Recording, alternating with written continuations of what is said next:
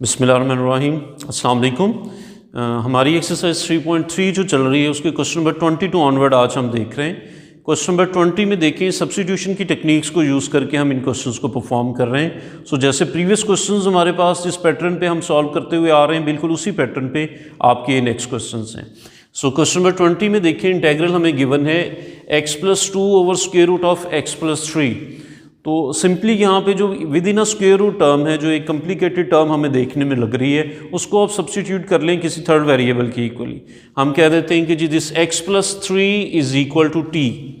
जो square root के inside factor लिखा हुआ है x+3, उसको हम t कह देते हैं। सो डिफरेंशियल लेंगे तो x का डिफरेंशियल तो dx, 3 एक कांस्टेंट नंबर है तो उसका डेरिवेटिव 0 हो जाएगा। तो x+3 का जब डिफरेंशियल लेंगे तो हमारे पास ओनली dx बचेगा और t का differential dt।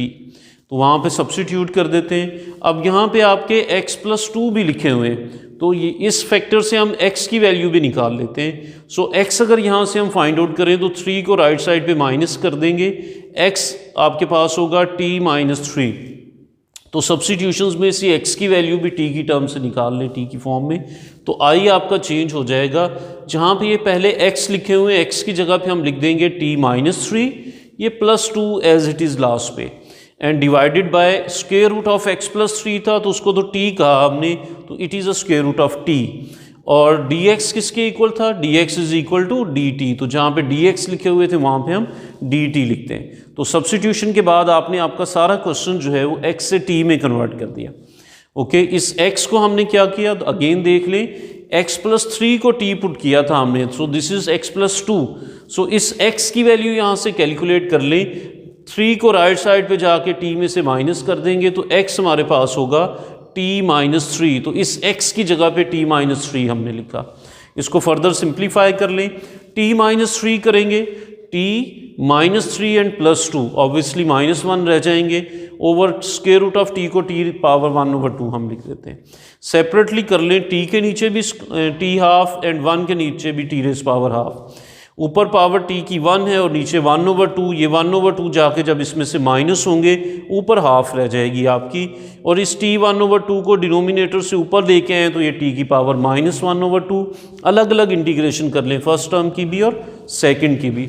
Simple power rule आप अप्लाई करेंगे, इसकी पावर में 1 ऐड करके उसी पावर से डिवाइड, जैसे पीछे बहुत सारे क्वेश्चंस में ये हम इस तरह की जो इंटीग्रेशन से परफॉर्म कर चुके हैं। सो इसकी पावर में 1 ऐड करें और उसी से डिवाइड, पावर में 1 ऐड करें और उसी से डिवाइड, ये 3/2 बनेंगे और ये 1/2 बन जाएंगे। 3/2 इन्वर्टेड फॉर्म में ऊपर जाएंगे तो 2/3, t को रीसब्स्टिट्यूट कर दें इन टर्म्स ऑफ x। क्या पुट किया था जी हमने, x+3 को t कहा था, तो जहाँ पे t है वहाँ पे x+3 आ जाएंगे।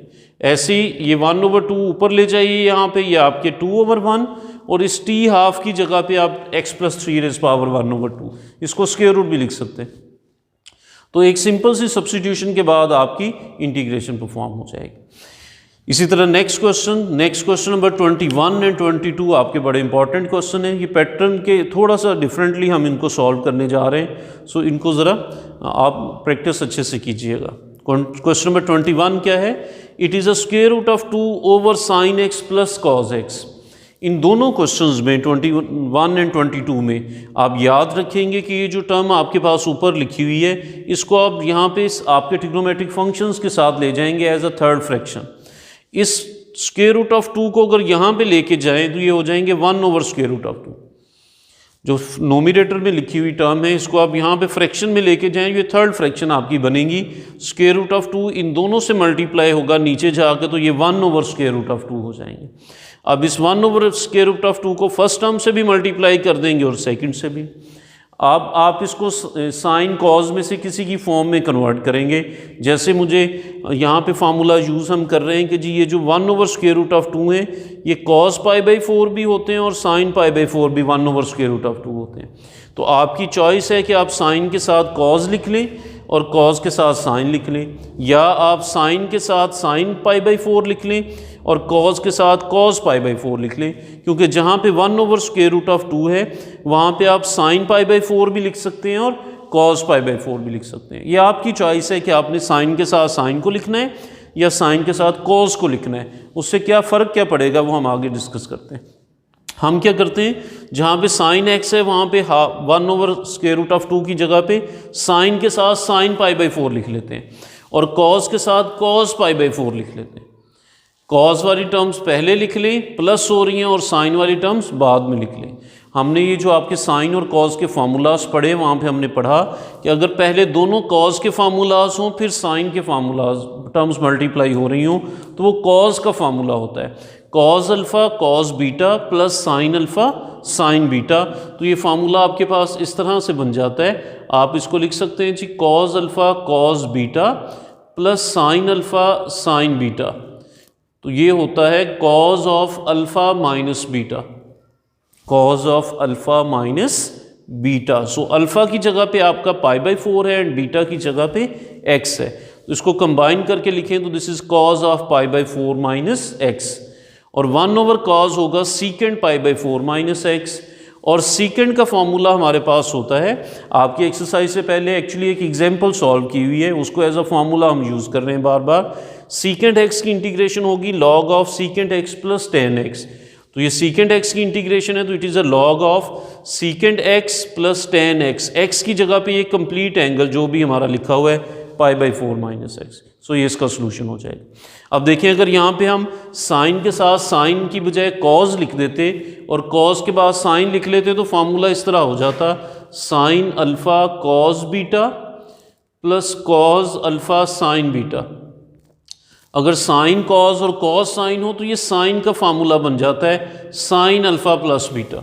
तो यहाँ पे कॉस की बजाय साइन आ जाता और 1/sin कोसीकेंड होते, और कोसीकेंड की इंटीग्रेशन भी आपकी एक्सरसाइज से पहले सेम आपकी एग्जाम्पल में परफॉर्म की हुई है, वो भी log ऑफ आप उसी फॉर्म में उसको जो है वो कॉट और कोसीकेंड की फॉर्म में उसको लिख सकते थे। ओके अब इस रिजल्ट को भी हम परफॉर्म कर लेते हैं कि जी रिजल्ट कैसे है। क्वेश्चन नंबर 21 हमने सॉल्व किया, question number 22 as an exercise है आपके लिए, बिल्कुल सेम इसी पैटर्न पे है। आप जो वैल्यू यहाँ पे लिखी हुई है उसको थर्ड फ्रैक्शन के तौर पे नीचे लेके आएंगे, दोनों ट्रिग्नोमेट्रिक फंक्शन से मल्टीप्लाई कर दें और इसको ऐसे ही आप साइन या कॉस का कोई एक फार्मूला बना लें। अब इसकी हम जो है वो कैलकुलेशन परफॉर्म कर लेते हैं सीकेंट एक्स की इंटीग्रेशन की। सीकेंट एक्स को कैसे सॉल्व करते हैं, अगर सीकेंट एक्स की इंटीग्रेशन आपके एग्जाम में आ जाए कि जी सीकेंट एक्स को सॉल्व करें तो उसको डायरेक्टली नहीं लिखेंगे, हम उसकी कैलकुलेशंस परफॉर्म करेंगे। कैसे, आप सीकेंट एक्स को मल्टीप्लाई और डिवाइड कर देंगे secant x plus tan x से। स्टार्ट कैसे करेंगे, सीकेंट एक्स को मल्टीप्लाई भी कर दें secant x plus tan x से और डिवाइड भी कर दें secant x plus tan x से। इस सीकेंट को इनसाइड मल्टीप्लाई कर दें सीकेंट सीकेंट से secant square x, secant tan से मल्टीप्लाई होगा तो सीकेंट x और tan x, ये डिनोमिनेटर वैसे ही secant x plus tan x। अब सब्स्टिट्यूशन से इसको सॉल्व करते हैं, ये जो नीचे टर्म लिखी हुई है सीकेंट x tan x, इसको t ले लें, डिफरेंशियल लें बोथ साइड्स पर। सीकेंट x का डेरिवेटिव होगा सीकेंट x tan x और tan का डेरिवेटिव होता है सीकेंट स्क्वायर x, और दोनों के साथ इकट्ठे डिफरेंशियल ऑफ x dx लिख देते हैं और राइट साइड पे t का डिफरेंशियल dt हो जाएगा।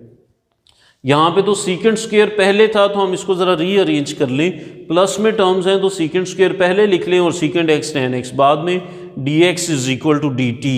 अब आप उस i में वैल्यूज़ पुट करें, ये सारा factor secant square x plus secant x tan x dx, ये सारा का सारा dt बन गया, तो इस सारे फैक्टर की जगह पे dt आ जाएगा divided by secant x plus tan x को हमने t कहा हुआ है तो नीचे वाले सारे फैक्टर की जगह पे t, तो इंटीग्रेशन सिर्फ हमारे पास रह जाएगी 1/t dt की, और 1/t dt की इंटीग्रेशन हम बार बार परफॉर्म कर चुके। t का चूंकि डेरिवेटिव 1 ऊपर मौजूद है तो ये होगी log ऑफ t, और log ऑफ t की वैल्यू भी हमने वहाँ पे पुट की। t एक्चुअली क्या था, it is secant x plus tan x, तो ये आपका हो गया log of secant x plus tan x plus c constant of integration. So ये बिल्कुल सेम पैटर्न पे हम कोसीकेंट x की इंटीग्रेशन भी सॉल्व कर सकते हैं।